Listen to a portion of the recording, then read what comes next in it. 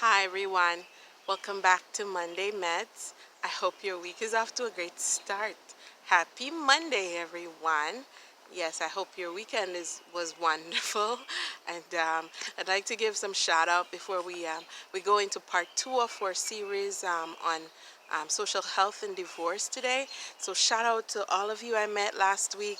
If you don't hear your name, please forgive me. I want to give some quick shout outs. Shout out to you, Alex. Shout out to you, Eric, and your wife. Congratulations on your 17 years of marriage. And shout out to you, Adriana, Randy. Shout out Stephen and Catherine. Congratulations on your marriage. And shout out to you, Chris. And all the best with you and your wife. And shout out to you, Amanda. Shout out to you guys there in Lawrence, my city. There at VIP Tires and Otter. Thank you for your help last week. Shout out to you. That's Estevan and Miguel. Thank you so much, guys. I really appreciate your help.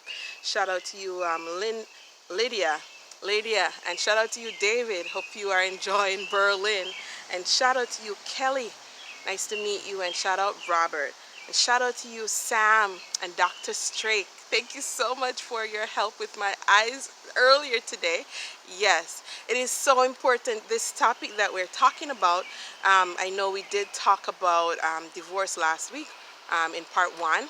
And it is so important, as I talk about eyes, that it is so important that you change your vision, especially as it relates to divorce.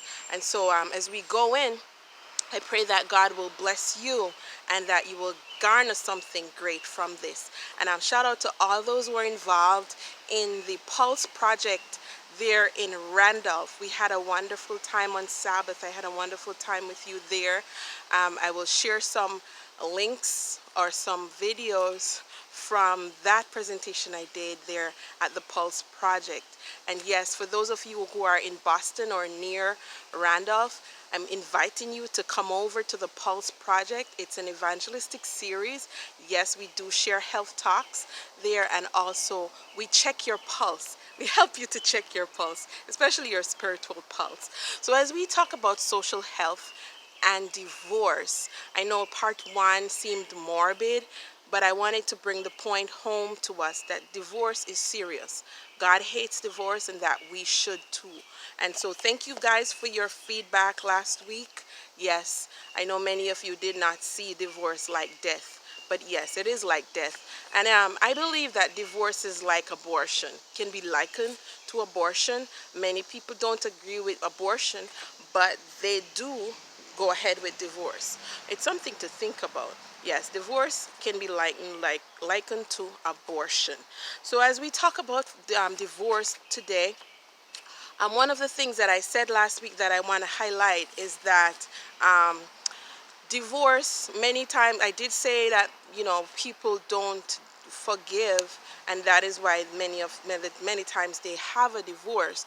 But one of the things that I want to point out is that for you, if you're the one who went out of your marriage and had extramarital affair, you need to admit that you were wrong. You need to take the blame. You need to take responsibility. You need to admit the wrong that you have done. You cannot expect your wife or your husband to forgive you if you did not admit, if you don't admit that what you did was wrong. As the Bible says, and as we know, marriage is supposed to be between man and a woman, one man and a woman. And if anybody else come in between, that's where you have problems. And so that's one thing I wanted to highlight or to mention as we come into part two.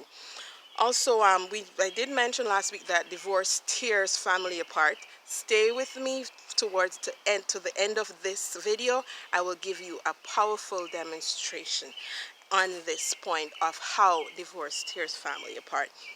Now, last week we did talk about some reasons people divorce each other, and many of them are frivolous, many of them are very serious. And one of the things that I want to talk about as we talk about divorce is that I heard one writer say, or one philosopher say, marriage is the last opportunity, the last chance you get to grow up.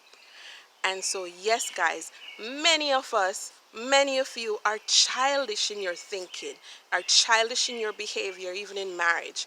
And so you need to grow up. Grow up. Stop running after these women and these men who you think that are going to help you to have a better life. Look at the woman that God gave you. Look at the man that God gave you and cherish them no matter what. I know many of you may have gotten married very young and you feel like, you know, the woman or the man you're with is boring or whatever it is. Spice up your marriage. And if you have not seen the videos I talk about marriage and sex, definitely check those out. Yes, you cannot allow your marriage to go stale, guys. That's one way it ends up in divorce. You have to do things to spice up your marriage. You know your spouse, do things that will help them to feel good and to be happy and to, you know, rekindle that love relationship that you want and that spark that you had before. And as we talk about divorce, I did mention that um, in the in-laws video I did, that sometimes in-laws, especially mother-in-laws, come between couples. And one of the things I want to encourage you, if you're a mother and your son or your daughter got married, you got to give them a chance to grow and to live their own married life. Keep out of their business. Allow them to come to you with whatever they need your help with.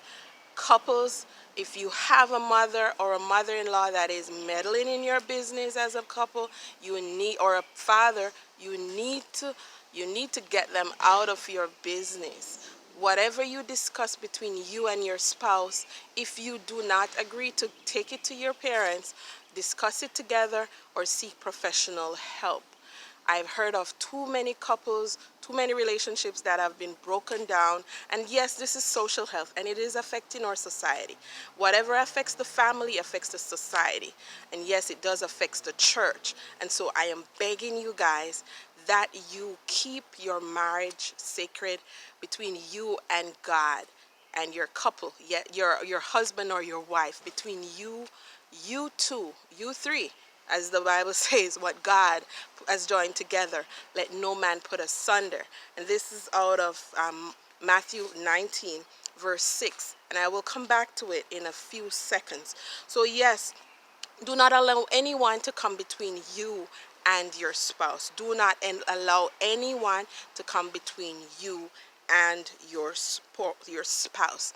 And also, as we wrap up, I want to encourage you to divorce-proof your marriage. Divorce-proof your marriage. Yes. How do you do that? Divorce-proof. And one of the things I wanted to say last week that I'll say today is that there are two movies that I highly recommend that you check out as a couple. You watch them together. Sit down and watch them together one evening. Yes, you can cuddle and watch them together. Fireproof is one of these movies that I highly recommend. Fireproof is a great Christian movie and is a wonderful movie for couples, especially those who are having challenges and even those who are just starting out your marriage. Fireproof your marriage. Yes, fireproof your marriage. And the other movie I promote or highly recommend is War Room. War Room will help you to get some tools that you can use to fight the enemy when he comes in like a flood. Yes, War Room is a powerful movie on prayer, and yes, you can definitely use these two movies, the tips from these two movies, to encourage your marriage. And so as I go, let me go over here, to this. This is the demonstration. So you see these two colors of paper. They're joined together. Hope you can see them. They're joined together and they are one. But what divorce does is tear them apart. That one. They're one. Divorce does tear them apart. These two, they are together.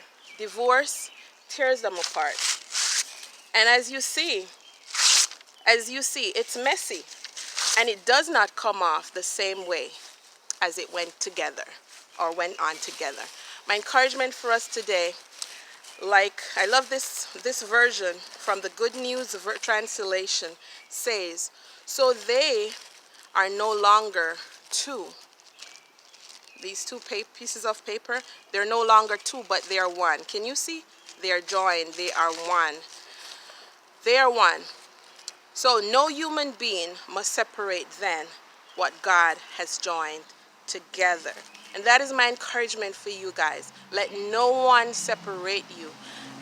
As the Bible says in Matthew 19 verse 6, what God has joined together, let no man, not even your spouse, not even you, no man put asunder. Now you may ask, God didn't, or you may say, God didn't join us together.